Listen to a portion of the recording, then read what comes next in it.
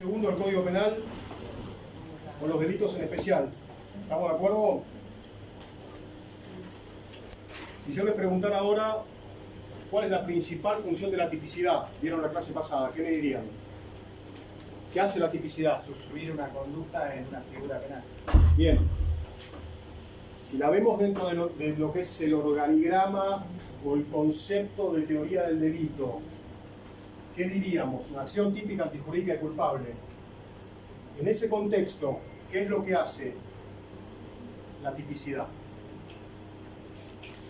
¿Por qué unas conductas son típicas y otras no son típicas?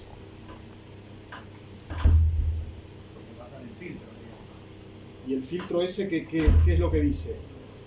¿Qué diría? Si usted me lo tiene que explicar. La tipicidad, la principal función de la tipicidad es ¿qué? Delimitar aquellas conductas dignas de castigo. La pregunta que tenemos que hacernos es por qué hay algunas conductas que se castigan y otras que no se castigan.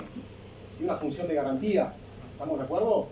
Entonces, bien, esas conductas se castigan o no se castigan en función de lo que determinan los legisladores. ¿Estamos de acuerdo? ¿Y por qué algunas conductas sí y otras conductas no? Ejemplo, una ciencia social es la nuestra, dinámica, que va evolucionando. El capítulo Delito contra la Integridad Sexual empezaba con el 118, que punía el adulterio. Ya no lo pune más al adulterio. Ahora, la pregunta es por qué antes se punía el adulterio y ahora se pune. ¿Qué les parece? Bien, bien.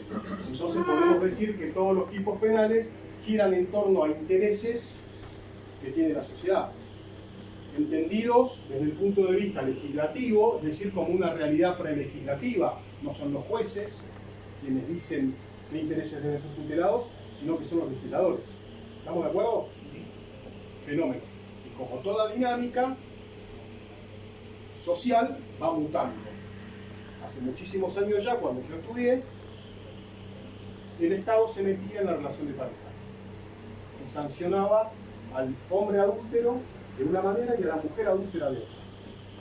¿Estamos? Nosotros ahora vamos a ver el artículo 79.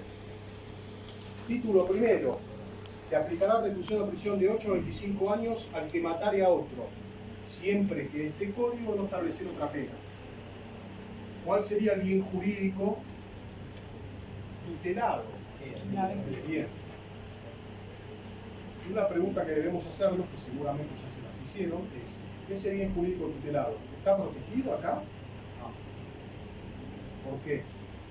Porque se aplica una vez que sucede el hecho, es decir, una vez que una persona mata a otra. Perfecto, perfecto. Es decir, a nosotros nos dicen que los tipos penales tutelan bienes jurídicos. No, los tipos penales dicen que bienes jurídicos deben ser protegidos y actúan ex post, no ex ante. Si no, el derecho penal no entra. ¿Estamos de acuerdo? El derecho penal entendido como un ordenamiento, un gran ordenamiento, como la última ratio del Estado. ¿Estamos? Tutela la vida, dijimos. De la lectura vemos que dice siempre que este delito no estableciera otra pena.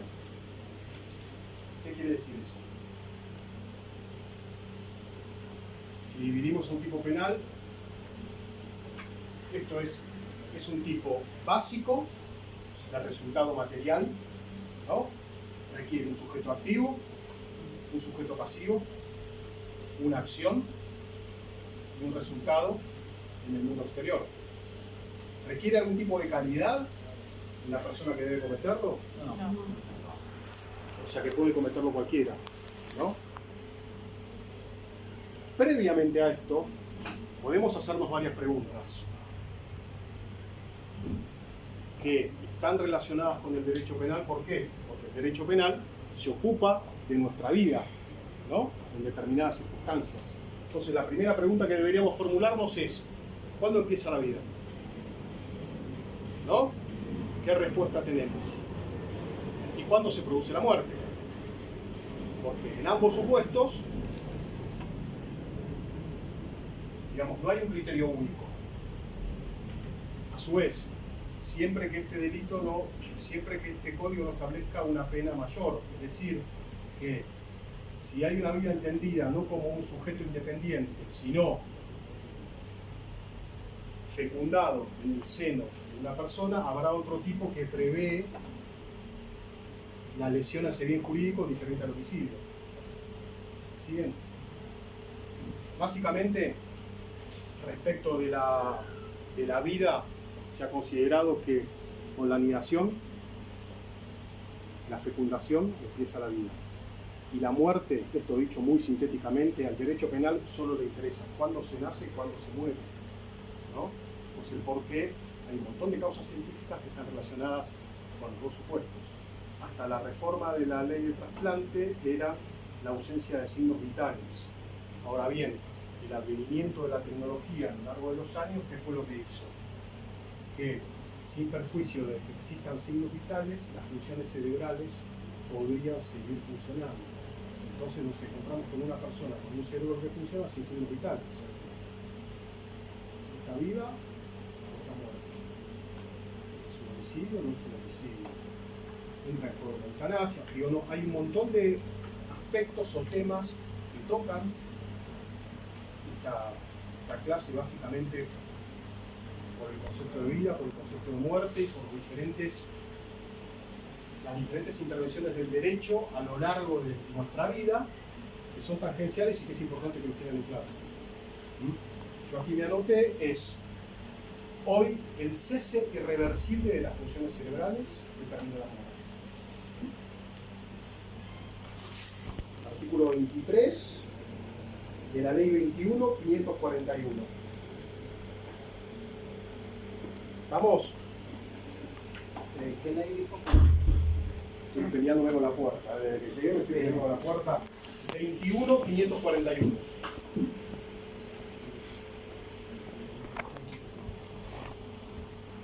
Bien, dijimos que el 79 es un tipo básico, subsidiario, que no requiere ninguna calidad de la persona que lo comete. ¿Cuáles son los elementos? Y por otro lado, si nos ponemos en el marco de todo el derecho penal, nosotros sabemos que del 79 en adelante, todos los tipos penales, ¿cómo se encuentran redactados?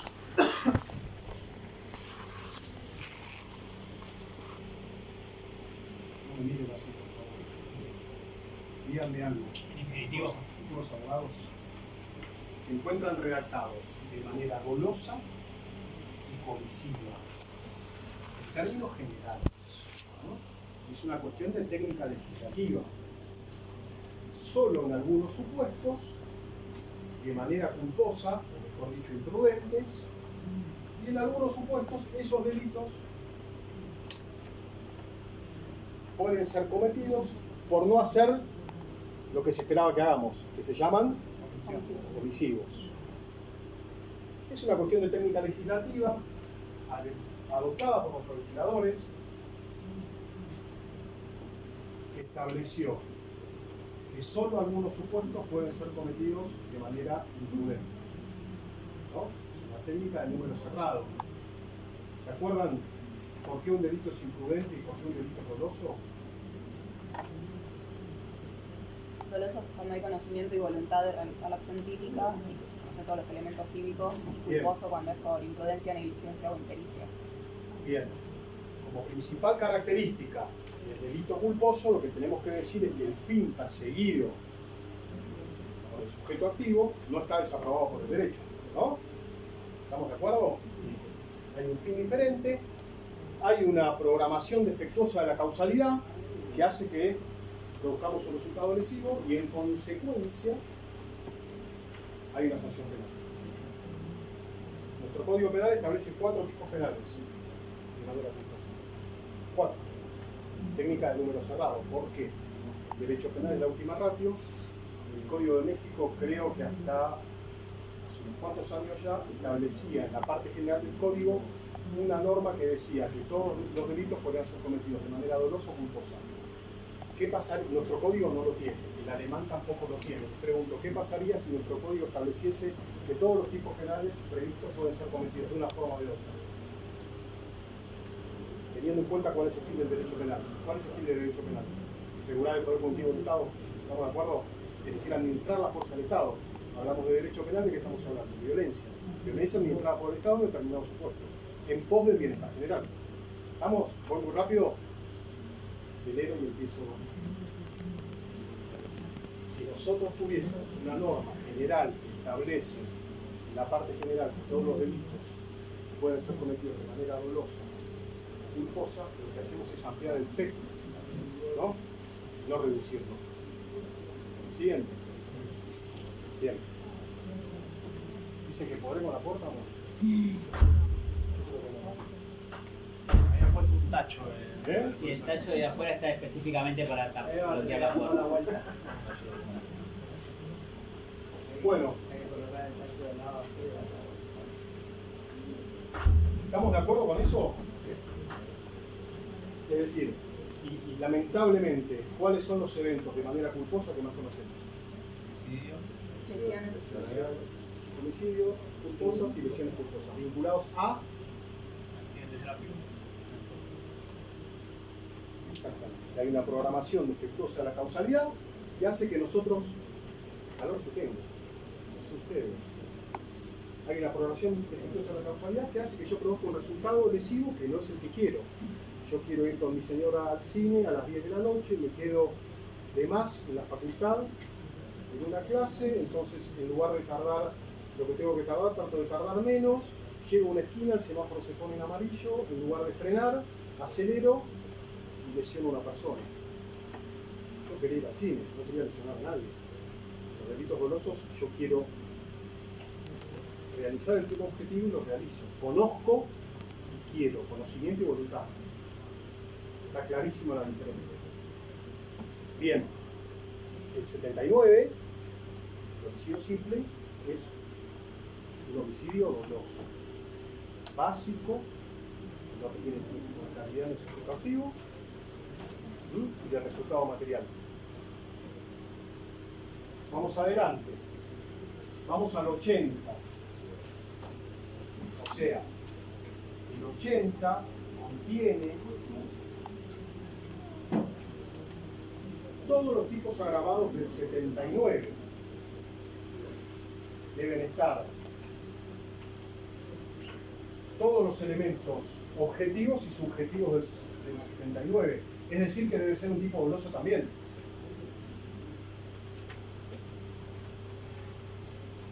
Dice, se encontrará reclusión o prisión perpetua, prisión perpetua, pudiendo aplicarse lo dispuesto en el artículo 52 al que este primer párrafo general ya merece algún tipo de consideración. Establece una pena fija, ¿no? Prisión o reclusión. ¿Saben cuál es la accesoria del artículo 52? La reclusión por tiempo indeterminado. Es decir, que la persona que sea condenada no sale nunca más de la cárcel.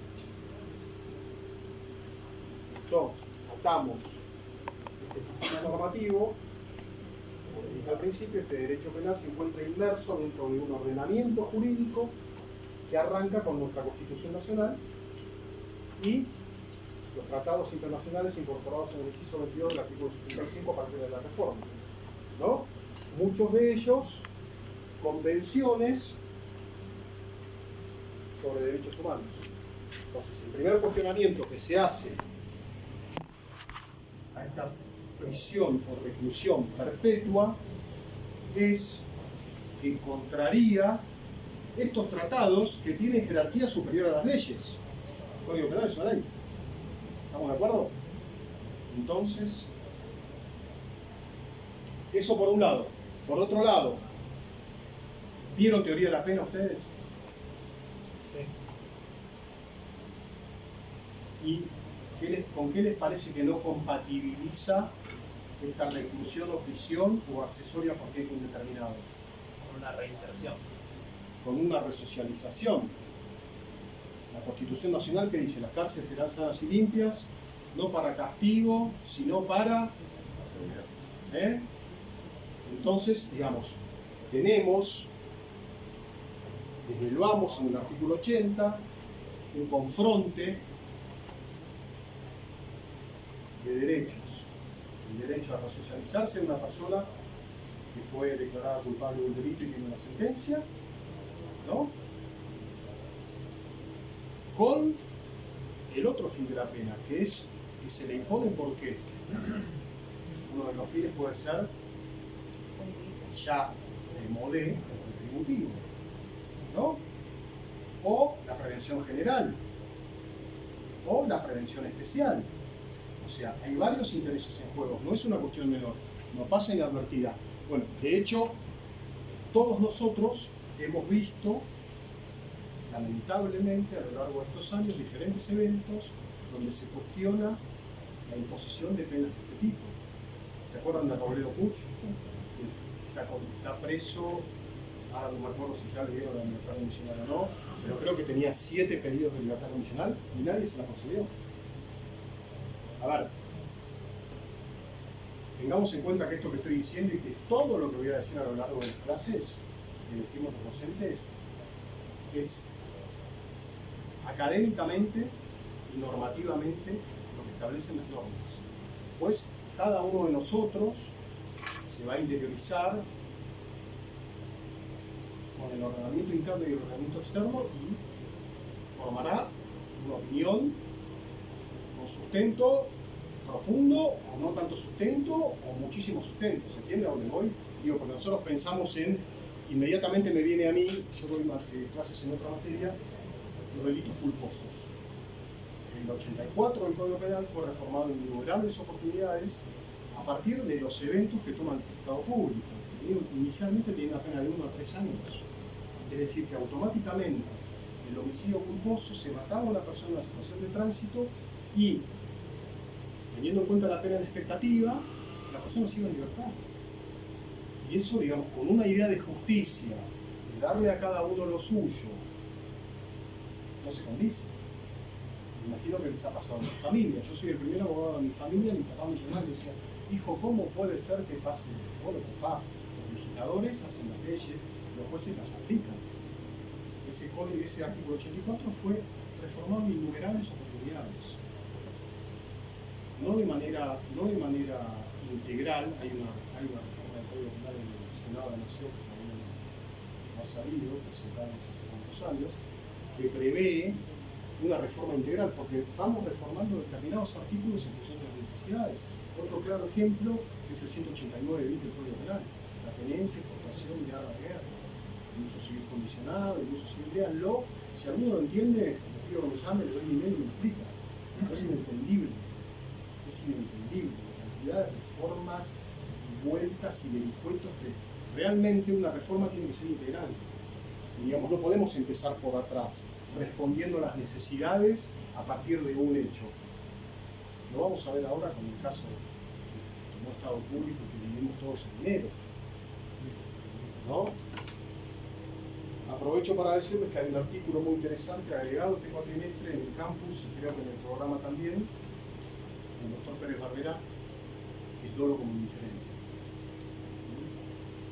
¿Qué sucede? Que hay muchas situaciones que son resueltas, quizás no de la manera en que esperamos que se resuelvan, en términos de justicia, entonces empezamos a buscar alternativas. Y a veces las alternativas no se ajustan al derecho y a veces sí.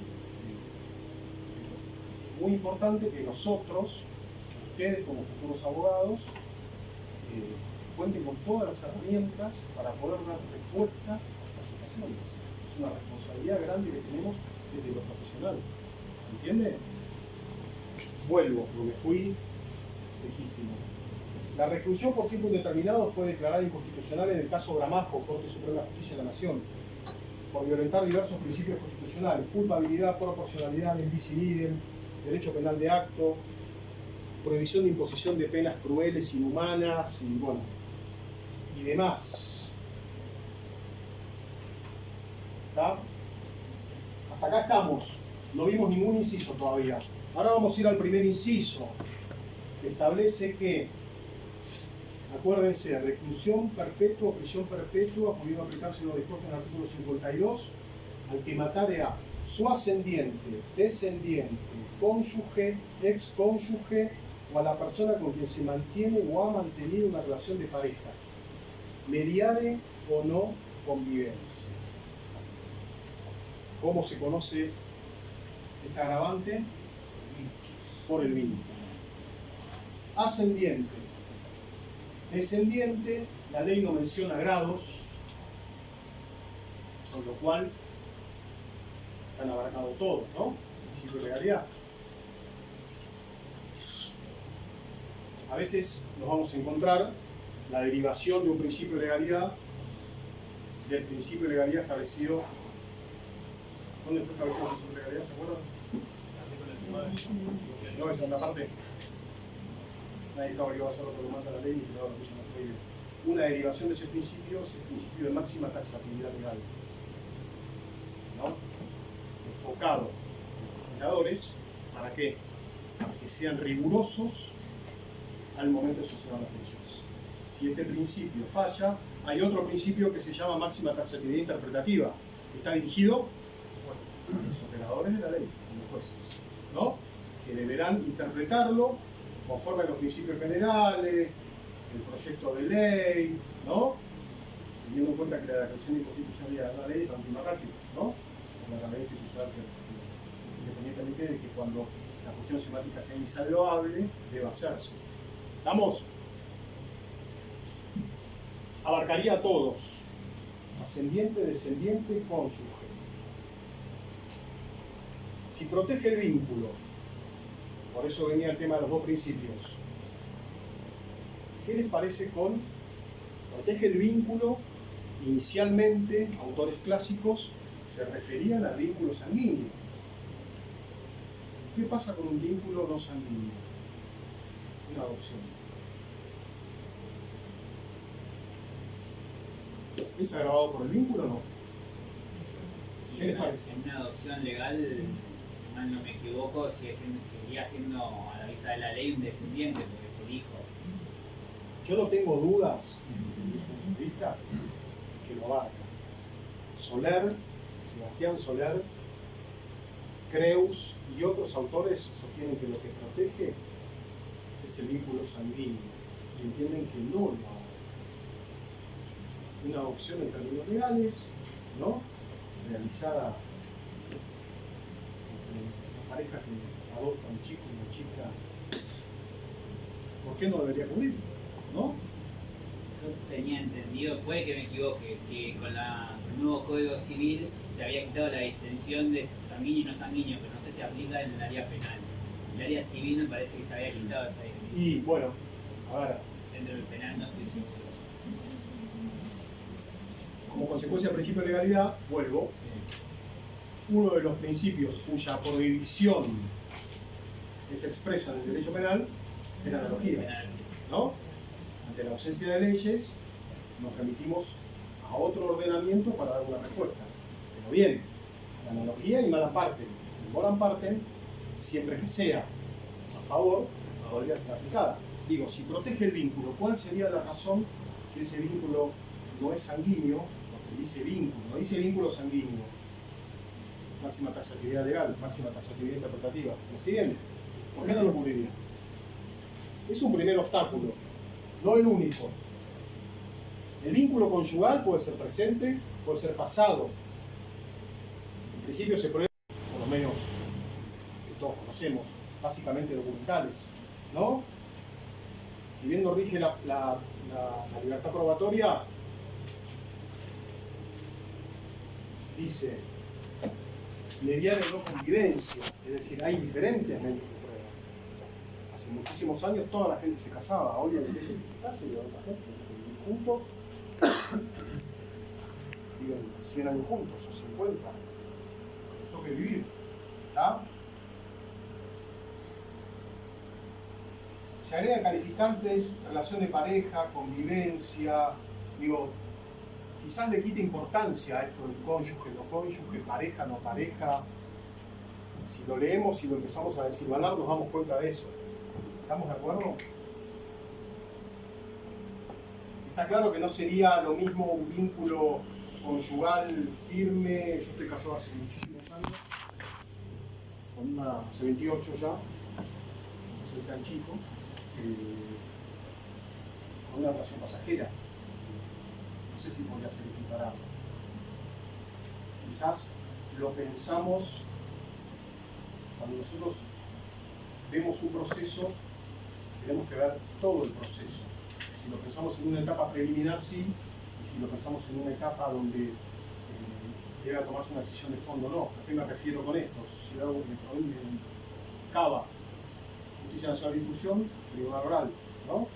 En la Justicia Nacional de Difusión necesitamos una sospecha fundada de que efectivamente pasó esto. En el Tribunal Oral, para acreditar la culpabilidad, necesitamos una certeza política que determine. La base fáctica va a ser la misma por el principio de congruencia, ¿no? Pero la valoración de la prueba va a ser diferente. ¿Se entiende a dónde voy? ¿Estamos de acuerdo? Yo me perdí un poco, digo, ¿cómo se diferencia entonces si el... No, digo, inicialmente quizás una relación de pareja, chicos, gente joven, inicialmente pueda ser entendida como un homicidio calificado, Claro. y posteriormente, cuando se llega a la etapa de juicio, donde se escuchan las partes y donde realmente se hace un análisis certero de la subsunción legal, no estamos discutiendo hechos, estamos discutiendo calificaciones. 28 años de casado no habrá ninguna duda, ¿no? Quizás 10 meses de convivencia, quizás sí, quizás no. Tendrá que verse una cuestión de hecho y prueba, ¿se entiende? Cuando voy. Por eso decía que tendrá que... Se me había ocurrido que tal vez podía entrar los agravantes o... Convengamos que si no entra el agravante, subsiste el tipo básico, mató a otro. ¿Qué pasa? Adelantamos un poquito. Si mata a otro creyéndolo familiar. Es un error de provisión. O sea, cree tener un vínculo inexistente. Un error de tipo, sería el tipo de la persona. El error del golpe. Bueno, sí. Porque el error de prohibición hace algo que cree que no está prohibido. Acá sabe que está matando a otro. ¿Se entiende la diferencia? Cree que ese otro es su primo, pero resulta que no es su primo. Es otra persona. Ergo, nos quedamos con el que matare a otro, de 8 a 25 años. ¿Estamos? ¿Dudas? Pero si es al revés y quiere matar a... no sabe que su primo mata a Es una muy buena pregunta. ¿Qué le parece? no, para mí es error del tipo y en ese caso si podría saber que era su primo. Bueno, no es un tema menor, y está relacionado con el artículo al que les hice referencia antes, el dolo como indiferencia. Uno de los supuestos es la ignorancia deliberada. Es decir, debió saber, ahora vamos a ir a ese punto, tuvo la posibilidad de saberlo, se colocó en esa situación. En determinados ordenamientos, en Estados Unidos es una calidad de situación, la ignorancia deliberada. En España es una calidad de situación, en fase de educación. Messi le dio los papeles al papá para que se ocupe de sus cuestiones impositivas y fue condenado por el tribunal también, porque debió saber que tenía obligaciones, tenía todos los elementos para hacerlo. Aquí tenemos dolo y culpa. Dolo como conocimiento y voluntad e influencia. ¿Está? Y para el otro lado. Bueno, me había notado acá, ya lo hablamos, incluye las meras relaciones de pareja, transitorias o amistosas. No es meras relaciones de pareja, no es un elemento normativo, sino descriptivo. Otra cuestión, que quizás cuando yo estudié seguro no se discutía, el sexo de los integrantes de la pareja. Cuando yo estudié el sexo de la pareja de un hombre y una mujer, constituidos legalmente, independientemente de que existieran. Hoy el sexo es indiferente. ¿Estamos de acuerdo? Un señor y un señor, una señora y una señora, un señor que se percibe señora o señor, en las modalidades que todos conocemos. O sea que es absolutamente indiferente. ¿Está?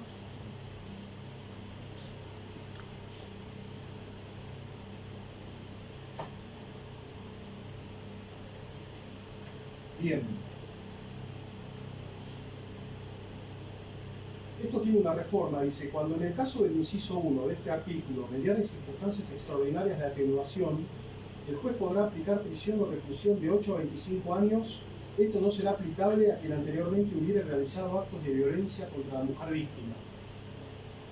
¿Por qué me acordé de esto? Porque hablamos de la mujer víctima. O sea, es un atenuante a una relación de pareja cuando en esa relación hubieran existido causas, ¿cómo lo explicamos? ¿No? Para un acto de esta naturaleza. De la lectura. Circunstancias extraordinarias de atenuación. El juez podrá aplicar prisión o reclusión de 8 a 25 años. Es decir, lleva la pena al homicidio simple. ¿Me siguen? Digo, son supuestos de culpabilidad disminuida. Me anoté acá. Casos en los cuales hay factores que destruyen el vínculo de relación, que es el fundamento del agravante. Ofensas graves, malos tratos, casos donde el vínculo está roto, donde no hay cohabitación, donde no hay fidelidad, obviamente no hay violencia verbal. Digo, el juez podrá, no significa que deba llevar este supuesto a una atenuación. ¿Cuál es el argumento? Nos preguntaremos, ¿se preguntan cuál es el argumento? ¿Qué les parece? Porque no, en principio es como que... La prisión perpetua es como demasiada pena para, tal vez... Claro, pero mató a una persona, ya nos encontramos con la persona muerta y estamos tratando de subsumir ese hecho en un tipo penal. Lo que pasa es que el agravante lo que hace es proteger un vínculo en específico. Si ese vínculo no existió porque se rompió, volvemos al tipo simple básico que es el que matara a otro. No habría protección a ese vínculo específico porque ya no existiría en ese momento. Ah, pero creo que lo que decía vos era como que estaban casados, pero tal vez, no sé, hubo infidelidad y no estaban viviendo juntos, por ejemplo. Hemos explicado coloquialmente, como le fui infiel, o sea, no, como le fui infiel hay un atenuante, o sea, no, agarre su bolso, no sé, sube al vínculo, hago cualquier otra cosa menos eso. No, me imagino que puede ser en casos de abuso sexual de los padres a los hijos, el vínculo sigue estando, pero el hijo cobra venganza, por ejemplo, y ahí podrías entender el motivo por el que... La realidad es que, bueno, el argumento es que uno de los fundamentos es que al estar el vínculo dañado no puede ser el fundamento del agravante, en términos normativos. El vínculo dañado no sería el fundamento del agravante. ¿Estamos de acuerdo? Ahora bien, tendremos que ver cada caso particular, ¿no? Y hay una exclusión expresa. Dice, no es aplicable a quien hubiera realizado actos de violencia de género contra la mujer víctima. Mujer víctima, violencia de género, no es aplicable. Ahora la pregunta que nos debemos formular es, si la mujer se autopercibe mujer y no nació mujer, ¿qué les parece? Es el mismo problema del agravante del inciso 11, que es el hombre que contra una mujer cuando mediara violencia de género, como si la violencia de género fuera solo contra las mujeres cis. Hay que respetar la identidad de género. Está bien, yo estoy de acuerdo, pero digo, por eso hablamos de legalidad, máxima taxatividad legal, digo... Pero en ese caso no sería más una cuestión probatoria. Podría decirse, hoy está permitido cambiar o sea, la forma en la que se percibe el inciso en el documento, capaz que eso podría ser una forma probatoria. Sí, total, yo estoy de acuerdo. Sí, Yo estoy de acuerdo y digo, si se autopercibe mujer, aplicaría. aplica.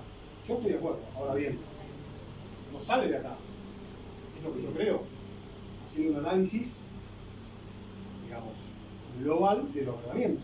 Si reconocemos que una persona tiene derecho a autopercibirse mujer, y le damos un documento, en consecuencia, el ordenamiento jurídico penal debe protegerlo. ¿Estamos? Pero bueno, hay que saber que hay una ley que tiene la posibilidad de y que optó por. Será una cuestión de hecho y prueba. Porque después empezamos a declararlo y ustedes bien saben que los hechos, en general, derraman a las normas. Lo que dijimos el ejemplo que puso usted, se autopercibe mujer y sacó el documento. Ahora resulta que se autopercibe mujer y se llama Mariano Amaduri.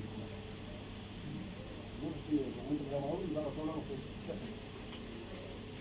Digo, una cuestión de hecho y prueba. Si está acreditado que formaba parte de la vida conyugal de esta persona, estará amparada por el atenuante, o no estará amparada por el atenuante, perdón. ¿Se entiende? Pero no parece tan sencillo. Tengamos en cuenta, 79, 80, tienen 1000 años de evolución. La sociedad ha ido evolucionando. Busquen en sus códigos viejos el 118 del Código Penal, el íntimo de actividad sexual, y léanlo, adulterio, y no lo van a poder creer. Estaba titulado. Profesor, Sí. antes de la reforma del inciso 1, no es que decía solamente relación de pareja, y el problema que existía era establecer cuándo había una única Claro. pareja para que entre ese agravante. Exactamente, porque es un término absolutamente ambiguo. ¿Qué es relación de pareja? Relación de pareja para nosotros aquí en la ciudad de Buenos Aires tendrá un contenido. Quizás al sur de Chubut, en una comunidad originaria, tiene otro, y quizás en el litoral tiene otro, porque hay cuestiones sociales que van y vienen, ¿no? ¿Estamos de acuerdo? Digo, quizás en algunos lugares cohabitan, en otros lugares no cohabitan. Entonces, esos términos antiguos atentan contra la máxima responsabilidad legal. Digamos, ya ha evolucionado todo tanto que el concepto ya de lo de mujer, autopercibida, no autopercibida, digamos, legalizada esa autorrestricción, no legalizada, en definitiva es un derecho de una persona. Puede sacar el documento, puede sacarlo. ¿Estamos? Entonces digo, importantísimo contar con todas estas herramientas y conocimientos, sabiendo que es la última ratio, que forma parte del ordenamiento, y que vamos a recurrir a un montón de normas que, si bien no nos van a dar la respuesta, vamos a tener herramientas como para nosotros brindar una respuesta. ¿Alguna duda?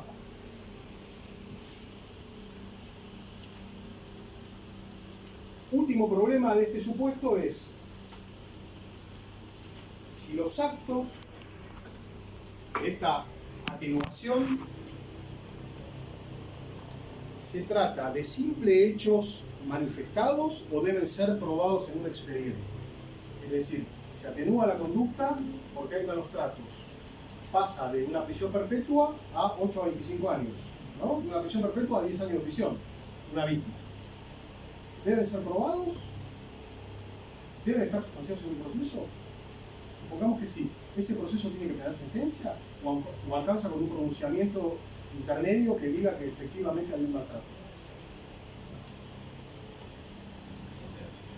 ¿Eh? Sentencia. ¿Firme? ¿Qué le parece? O sea, más el tiempo que tarde en hacerse firme que lo que la Bueno. cosa a mí. Bueno, es importante que aprendamos juntos, digo, ¿no? Quizás no haya una respuesta, una única respuesta.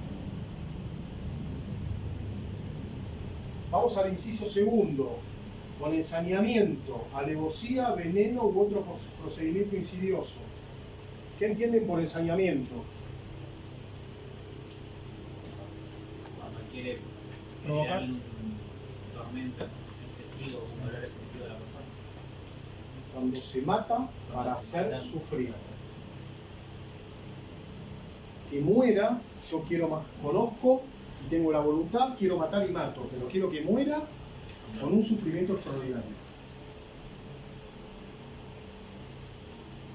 Y en rigor de verdad no requiere placer en el autor, sino que la víctima sufra.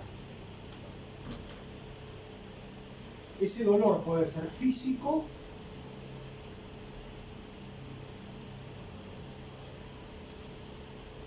o psíquico.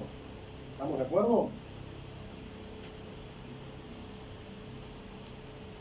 Y el sujeto activo tiene que haber logrado el sufrimiento. Está claro que no es agravado por el móvil, sino por el modo, el hacer sufrir.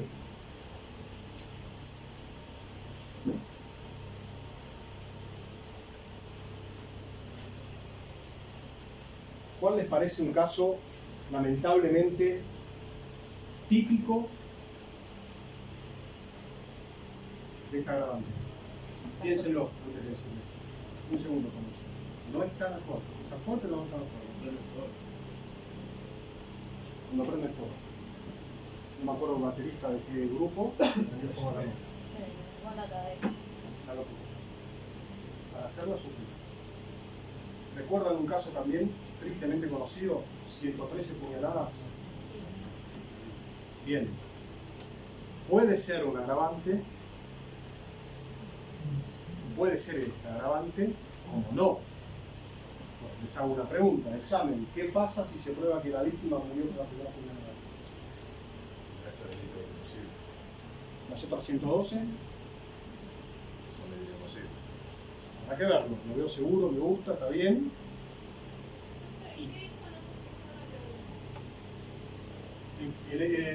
¿Cuál es el ejemplo típico de esta agravante, ¿no?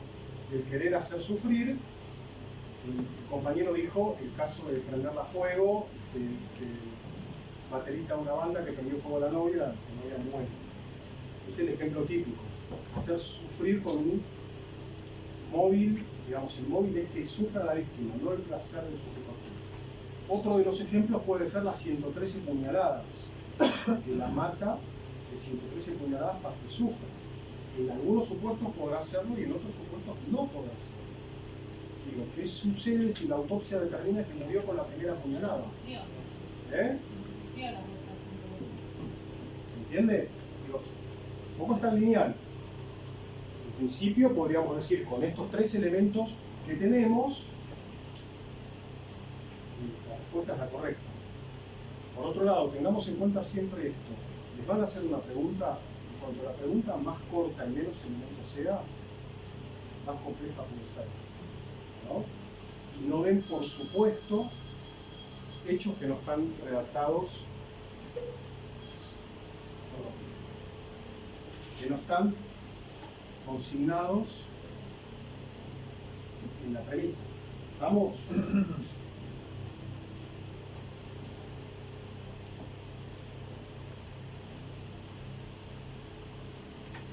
Lo mismo sucede con el descuartizamiento. Perdón, chicos.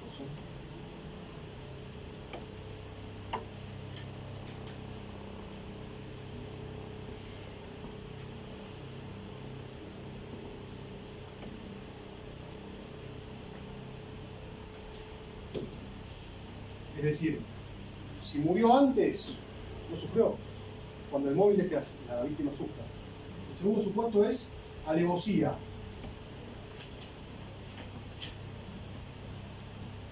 Aprovechamiento insidioso de un estado de indefensión de la víctima. ¿Qué entendemos por insidioso? Malicioso. La explicación coloquial sería matar sobre seguro. ¿No? Espero que se duerma, se durmió, abro la puerta, la cometo a la víctima. Ejemplo del libro de hace 100 años.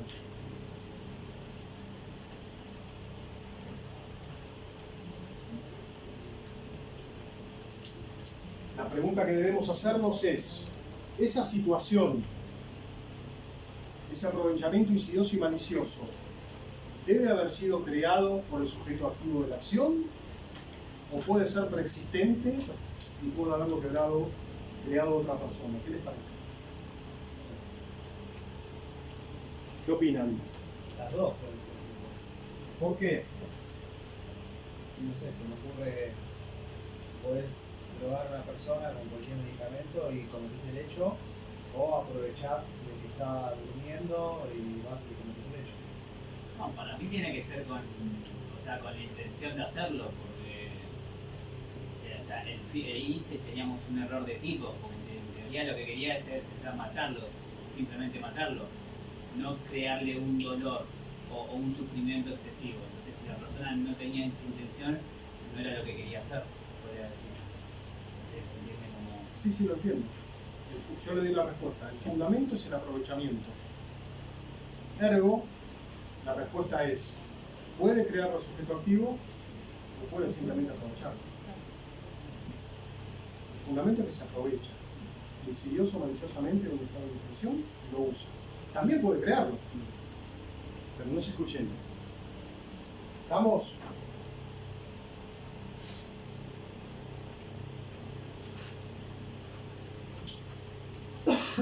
Alevosía. La alevosía está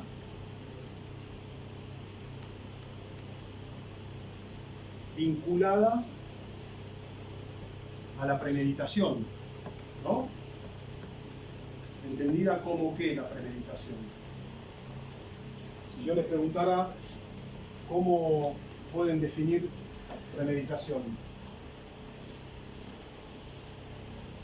Un plan previo. Un análisis previo, pormenorizado.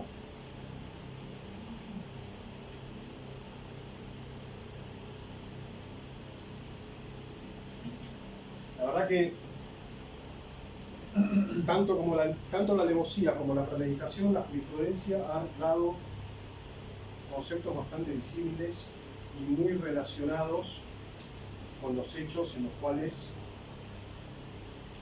tuvo que resolver, ¿no? En este caso de público conocimiento de este chico en Villa Gesell, la agravante de la alevosía fue una de ellas, ¿no? El haberse aprovechado de un estado de indefensión de la víctima. ¿Estamos? Y hay en la sentencia hay una conceptualización de la premeditación entendida como un acuerdo previo, aunque simultáneo. O sea, si es previo no es simultáneo, pero la premeditación puede establecer que ese acuerdo sea casi inmediatamente anterior a la comisión del hecho. Básicamente relacionado con los hechos estudiados.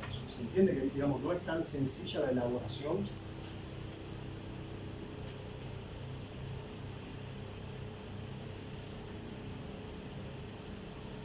Por otro lado, digo, conocimiento y voluntad. Quiero matar y mato.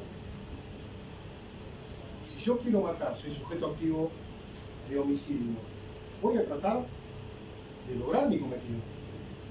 Voy a dirigir incondicionalmente mi acción hacia un resultado que lo considero una consecuencia necesaria. ¿O no? O sea que voy a tratar de aprovechar todas las circunstancias que me rodean para lograr mi cometido. Porque conozco y quiero. ¿Me siguen? O sea, ¿cómo nos imaginamos una situación de un homicida que no va a asegurarse ese resultado? ¿Me entienden a dónde voy? En definitiva, es aprovechar una situación para asegurarse el resultado. ¿Estamos? Profesor, le hago una consulta. La que quiera. Hay partes que dicen que es solo conocimiento, no voluntad. ¿El dolo? El dolo. No, el dolo es conocimiento y voluntad. Sancinetti, actualmente decía que era solo conocimiento. Ponía el ejemplo de que entro a un lugar donde hay gente mayor, todo jubilado, saco un arma y la persona se muere en un infarto. Está bien, uno lo puede discutir, pero si uno debería saber si yo saco un arma y hay gente, es posible que se muera con arma. Bueno. Ponía el ejemplo ese, pero bueno, mi pregunta es, conocimiento y voluntad. El concepto clásico de dolo es conocer Sí, y querer. Conocer todos los elementos del tipo objetivo y querer hacerlo. Ahora bien, ¿cuál es el alcance de ese conocimiento y cuál es el alcance de esa voluntad? ¿No? Y empezamos a desgranar un montón de situaciones que se van a explicar.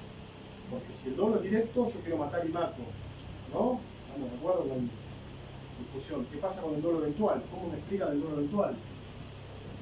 ¿Qué es lo eventual? ¿Mi conocimiento, mi voluntad o el resultado? ¿Qué les parece? Yo dirijo incondicionalmente mi acción hacia un resultado que lo considero acción directa o resultado directo de lo que yo hago, pero no se produce. Digo, ¿estamos de acuerdo? Esto en una punta, después lo vamos a ver más en detalle. En la otra punta, culpa, ¿no? Primero les dije la característica del tipo culposo, ¿cuál es? Y muchos autores dicen que no tiene tipo subjetivo el tipo culposo, que solo tiene tipo objetivo, lo cual es un error. Sí tiene tipo subjetivo, pero es irrelevante para el derecho. Porque lo que yo quiero, con el ejemplo que puse, es ir al cine con mi señora, no lesionar a la persona en el semáforo cuando se puso la luz amarilla. Es irrelevante para el derecho. pero yo produzco resultados lesivos. Esa culpa puede ser con representación o sin representación. Ergo, si yo me representé el resultado como probable, ¿lo conozco? Entonces, ¿no? Culpa con representación. Conocí. Abrimos dos flechitas. Me representé como resultado probable y seguí adelante porque seguí adelante y no me importó. Una de las teorías. Segunda flechita. La dejé librada al azar. Que pase lo que tenga que pasar. ¿Cuál tiene más contenido de culpabilidad? ¿El primer supuesto o el segundo? Algunos dicen que el primero porque conoció y siguió adelante. O el segundo porque no le importó el derecho. Libre albedrío, que pase lo que tenga que pasar. ¿Estamos? Dolo eventual. Si yo iba manejando a 170 km por hora, poniendo una picada por uno al lado, en el caso de esto, aquí, a unos metros, y mató a dos personas, creo, o a una, ya no me acuerdo. Yo quería matarlo o quería ir rápido. Lo maté. Entonces, ¿esto a qué viene? Hay que hacer una reformulación. Se puede hacer un artículo que les dije yo de Pérez Barberá, que retoma un concepto de Paulick y Jacobs, diciendo que hay determinados supuestos donde la ignorancia deliberada o la ceguera entre los hechos hace que determinadas conductas que parecen imprudentes y que no tienen todos los componentes del dolo sean dolosas. Ceguera entre los hechos. Voy a 170 por fibral corta. Es bastante probable que suceda algo, sea la hora que sea. Que si hay un imprevisto, yo no pueda resolverlo. ¿Estamos? Ignorancia deliberada. Le doy todos los papeles a mi papá de mi mega empresa porque yo no conozco nada. Y mi papá contacte un contador y que el contador haga que 2 más 2 sea 6. Y yo veo, ahora señor, usted es una persona instruida, ha firmado contratos desde que tiene 15 años, usted tiene que saber que hay obligaciones que tiene que cumplir. Es el argumento del tribunal, uno de los tribunales españoles para poner a la mesa de la discusión. Ignorancia deliberada. Es decir, deliberadamente desconoce. ¿Siguen? Digo, esta conceptualización de esta vueltita al dolo. Está claro que el dolo clásico es conocimiento y voluntad. Esas son dolosas, el dolo es directo, virtual, sin cosas, me represento como probable resultado, no me lo represento. ¿Quedó ahí más o menos claro? Tardé un poco, pero bueno. Dice, alevosía, veneno u otro procedimiento insidioso. Bueno, veneno. El veneno es insidioso, ¿no? O sea, se provee o aplica o se da veneno para producir un resultado lesivo, en este caso sería la muerte. Tercero, una sustancia con determinados componentes que van a producir la muerte. Usa acá sustancia de origen animal, mineral o vegetal que introducida en el cuerpo mata cambiando su naturaleza por una acción química. ¿Cuál es el fundamento del agravante? La indefensión de la víctima. ¿No?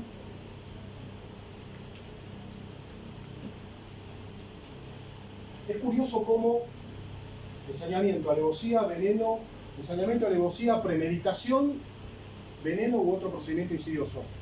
Están las tres en el mismo inciso. Son tres situaciones totalmente diferentes.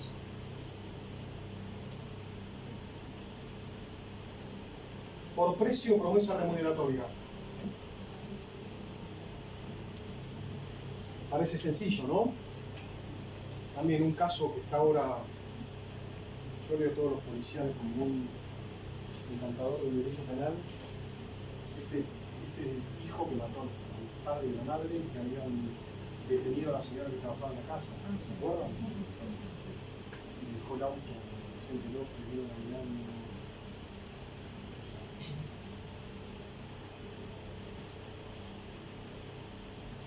¿Cuál es el fundamento de este agravante? ¿Qué les parece? Pues les diría,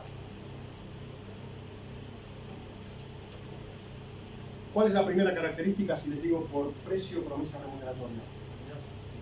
¿Eh? Exoneroso. ¿Cómo? Exoneroso. Está bien, pero una característica. Contratación de oficina. Sicario. Sicario.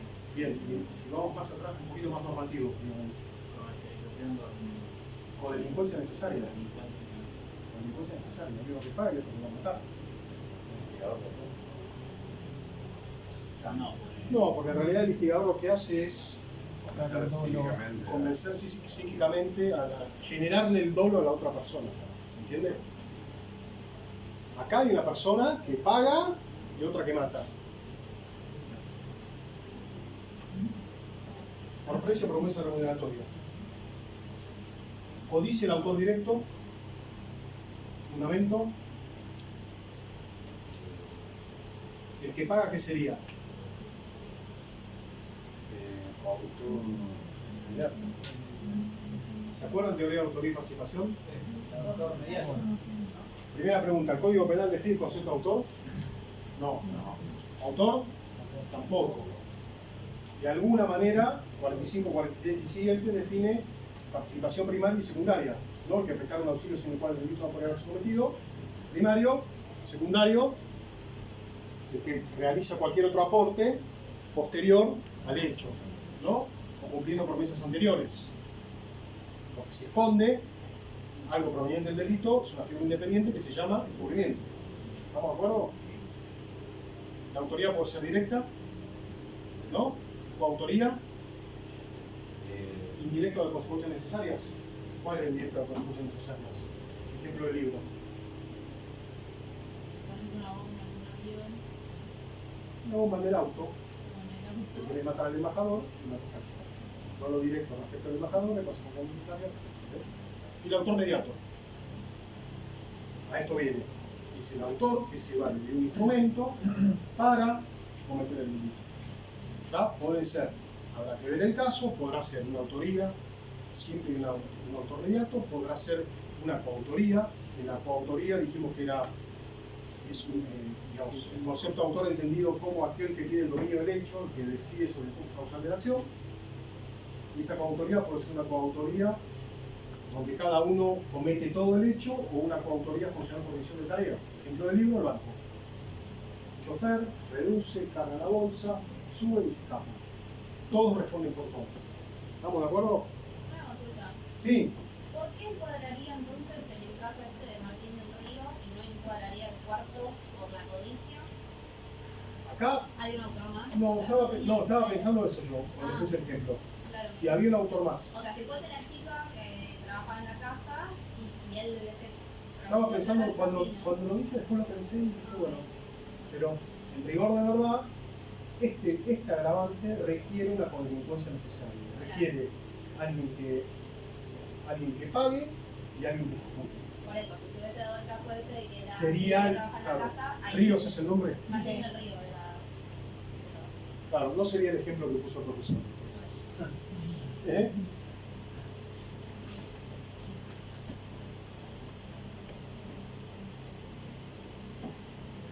Bien.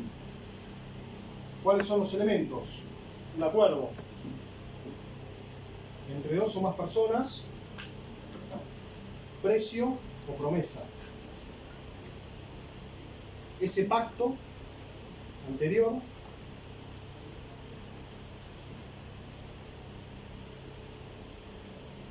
que básicamente, ¿qué es lo que hace? Encargar la muerte de otra persona a un tercero.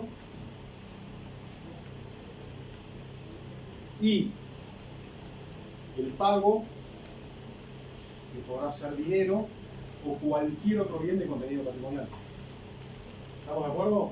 y el que mata, o sea, el que recibe el dinero, entonces, ¿con qué calidad? Es autor directo. Es autor directo. Y la agravante corresponde respecto de ambos.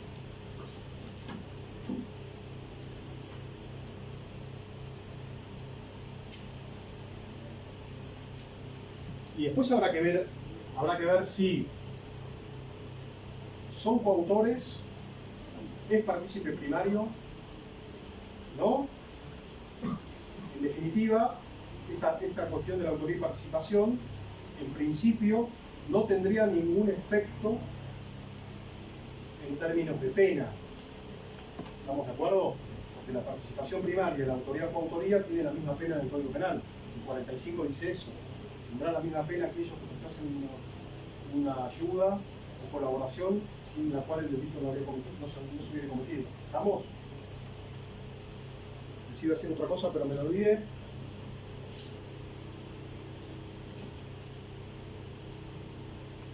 Esto a su vez podría, un poco por lo de el ejemplo que me puso usted del río, generar una cadena, digo, o sea, codelincuencia necesaria podría abarcar a más de una persona, a más de dos personas, ¿no?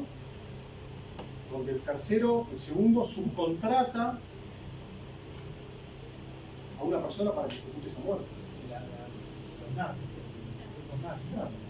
Exactamente. Por precio promesa obligatoria. Es el contenido de la agravante. Tenemos que probarlo, ¿no? Porque en definitiva, imagínense ustedes, en la práctica, ¿quién va a quedar detenido? El que fue y el tiro, ¿no? Y después habrá que ir para atrás para ver cómo.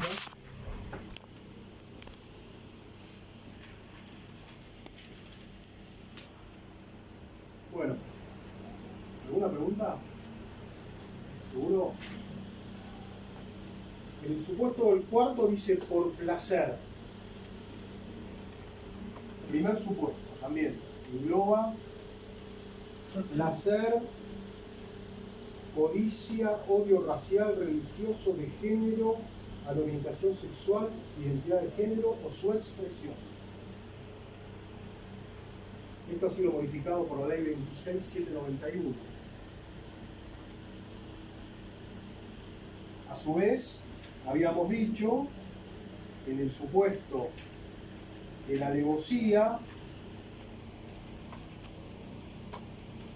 del ensañamiento, perdón, que lo importante era que sufra la víctima. Aquí lo que se busca, o el fundamento del agravante, es el placer de sujeto activo de la acción, que es un elemento subjetivo que va más allá del dolo. Es decir, el sujeto activo quiere matar y mata. ¿Estamos de acuerdo? Pero debe obtener un placer por esa muerte. ¿Algún ejemplo? No, la verdad, si le muestro la hoja tengo que preparar si me van a pedir ejemplos. Porque me sucede. Son, yo le diría... Sí, yo diría Ted Bundy, por ejemplo, que es una serie que siente excitación por el asesinato. ¿La serie? Sí. ¿Rubio?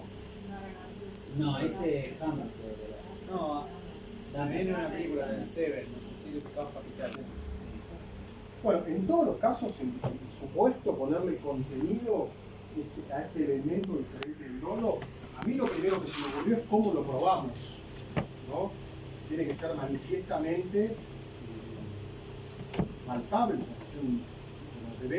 es una cuestión descriptiva, no es una relación de pareja que lo vemos de la mano y va caminando. Hay que meterse en la cabeza del sujeto activo y decir, son todas inclinaciones, o sea, sádicas, sexuales. Esto de sentir placer el rubio, yo vi la serie esta del rubio que me mataba. Había empezado disecando animales, había empezado disecando animales, la jeva no puedo caminar, era muy fea. Es muy fea. Claro, ese contenido es un contenido, o sea, hay una perversidad, sentir placer en matar. Bueno, la agravante Roleo Puch tiene esta agravante, entre otras, la alevosía, por placer, o sea, digo, no es tan sencillo,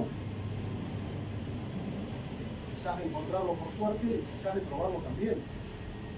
En este caso, ¿el dolo tiene que ser actual o se puede demostrar que antes, digamos, pruebas, o sea, la persona escribía sobre odio racial? Entonces pensaba, puede inferir. Mire la respuesta, yo me noté. debe haber pericias que establezcan efectivamente que el móvil fue el placer para dar muerte. Si no, desplazamos al tipo básico del 79. Y resulta muy complicado por la prueba y después porque también da lugar a arbitrariedades, digo, porque uno va a interpretar en función de cómo se percibe ese placer por matar, es algo que sea manifiestamente, ¿no? Visible. Pero en el caso de Sosa, igual al final no terminó siendo un policía, pero no habían dicho eso de que el llevo de trofeo como un agravante de placer por matar a alguien y quedártelo vos teniendo placer. Sí. Igual Sí, después la realidad, en el caso, porque fue un homicidio solo. vamos a ese agravante y lo atamos con esto. La otra agravante es cuando intervienen dos o más personas, ¿no? El fundamento de ese agravante nuevamente es el estado de indefensión de la víctima, una pluralidad de sujetos activos frente a una víctima que no está en las mismas condiciones de defenderse. En el caso de Baez Sosa, les recomiendo lean este artículo, es extenso, pero es interesante, pueden leerlo en etapas, es muy claro Pérez Barrera, esto de ceguera entre los hechos o ponerse en un estado de ignorancia deliberada, y acá concurren en términos fácticos, yo tengo la sentencia, leí una parte, no toda, varios factores. El primer factor es, podríamos decir, la calificación legal. Nos encontramos frente a un homicidio doloso, ¿no? Bien, ese homicidio doloso, acreditada la materialidad del hecho, a lo mejor se dice que el chico murió con los golpes. Ahora bien, ¿cómo se vinculan a esa muerte?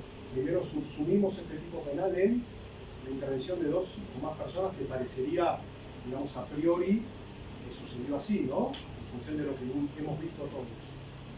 Después, corresponde o no el haberse aprovechado del estado de indefensión, es motivo de un análisis. Pero el análisis más importante, en mi opinión, es el de la autoría y participación criminal. Es decir, acreditar la materialidad del hecho, la teoría de la autoría y participación criminal va a determinar cómo las diferentes personas que actúan en el crimen se vinculan con ese crimen, ¿no? Y si entendemos hoy que el concepto de autor está, digamos, vinculado a aquella persona que domina el curso causal de la acción, es decir, yo soy autor de la sustracción, decido tomarla o no tomarla, o dejarla y salir corriendo, soy yo el que decide. La pregunta es, ¿cómo vinculamos esa coautoría a este evento? ¿No? La primera pregunta que a mí se me ocurrió. ¿Cómo acreditamos que está el chico tirado en el piso y fueron los 8, o los 6, o los 5, ya no me acuerdo cuántos eran, los que causaron la muerte? Hay una cuestión de hecho y prueba, y después decir, esos 5 intervinientes efectivamente quisieron matar, fueron a golpearlo con intención de matar, desconocimiento y voluntad, quiero matar y mato. Primera pregunta. A priori diríamos que no. Ahora bien, chicos que practican un deporte que requiere una fortaleza física como tantos otros. ¿No debieron saber que si el chico estaba tirado en el piso y lo pateaban le iban a ocasionar la muerte?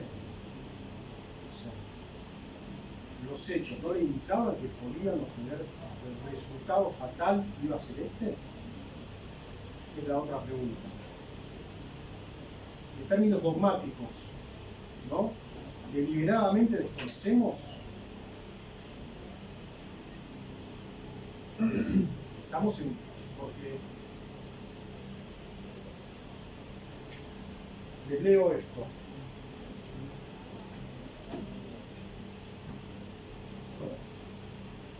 Artículo 81, inciso B. A que con el propósito de causar un daño en el cuerpo o en la salud produjere la muerte de alguna persona, cuando el medio empleado no debía razonablemente ocasionar la muerte, se impondrá pena de 3 a 6 años. ¿Saben cómo se llama eso? Homicidio preterintencional. Es una acción donde hay un dolo inicial y una imprudencia final. ¿No? Es un caso mixto de dolo y culpa. Bárbaro en los libros. ¿No? Cuando el medio empleado no debía razonablemente ocasionar la muerte. La pregunta que nos hacemos de seguido es: la víctima en el piso, le patearon la cabeza, ¿es un medio idóneo para matarlo? ¿Qué les parece? Diríamos que sí. Habrá que ver las circunstancias, ¿no? No es que es blanco o negro. Por eso les hablaba de la importancia de que contemos con todos estos instrumentos y estas herramientas para poder dar una respuesta que en definitiva se ajuste. ¿No?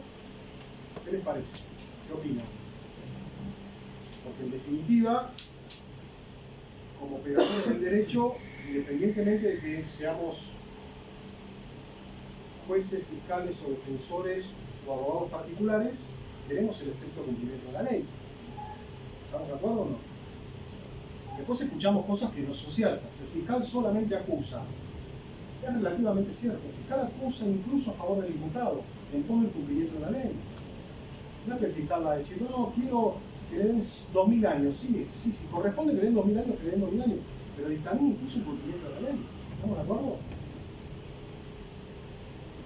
Entonces, y después el hecho está, digamos, una causa está ceñida a un objeto procesal. Ese objeto procesal tiene como base fáctica hechos. Y esos hechos, que se inician por dos hechos y terminan por dos hechos, se llama principio de congruencia. El principio está firme y no podemos modificarlos. Ahora bien, veremos cómo estos hechos, con las herramientas que tenemos, son subsumidos en diferentes tipos legales. ¿Conocen el fallo del plenario de Díaz Rezón en la Cámara de Casación Penal? 13, ¿no? 13 del 2000, no me acuerdo cuánto. ¿Qué dice el plenario de Díaz Rezón?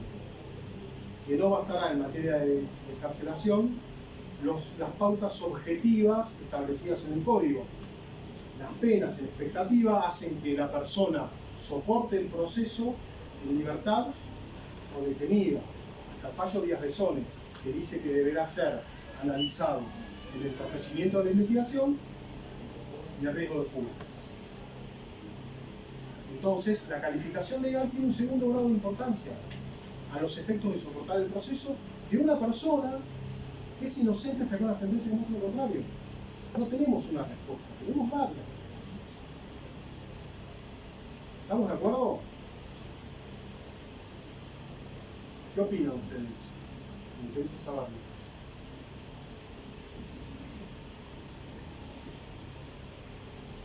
No, porque lo que sucede es que Lo que pasa es que hoy en día nosotros tenemos una cuestión de que la sociedad piensa una cosa, que está con el argumento de la puerta giratoria, y después la ley dice otra cosa totalmente diferente. Capaz que mucha gente piensa que cuando la persona sale por la puerta, sale libre y no está consciente de que hay un proceso, que ese proceso en teoría va a llegar a un juicio, y el juicio va a llegar a una sentencia que puede que lo encarcele o no. Y como mucha gente no está consciente de eso, está con lo que pasa es que para nosotros, como digamos, nosotros somos operadores de derecho, tenemos un montón de herramientas que hay un montón de otra gente que no tiene. Mi papá me decía de la puerta giratoria, le digo, papá, las cárceles, yo he ido mucho a las cárceles, bajo el pabellón que tiene que haber 80 y hay 200. O sea, la giratoria no debe ser porque hay 200, debería haber 80. Uno de los elementos. Y después es,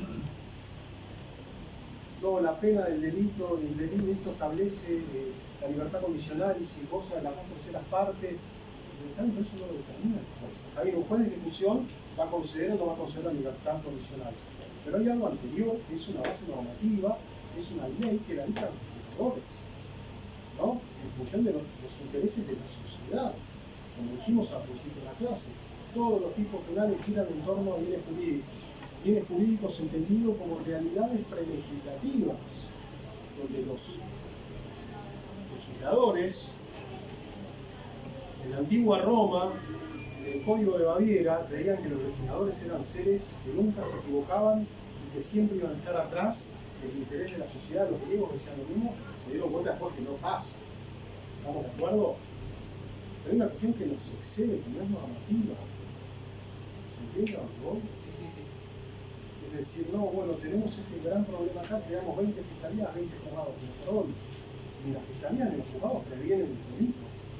Acá hay que prevenir, previene el Ministerio de Seguridad que depende del Poder Ejecutivo Nacional y después tiene que actuar. O sea, el magistrado actúa con el hecho consumado y no debería consumarse si la prevención funcionara. ¿Estamos de acuerdo? Digo, hay como una suerte de, digamos, de conceptos tirados que nos inundan y si nosotros no sabemos, decimos, no, sí, es homicidio horriblemente calificado.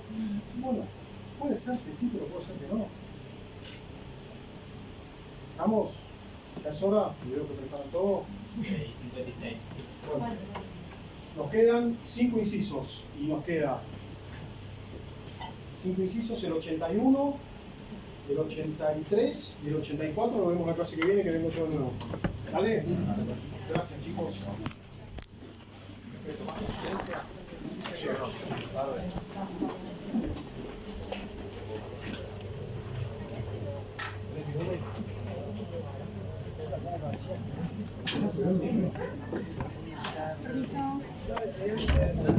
Muchas gracias.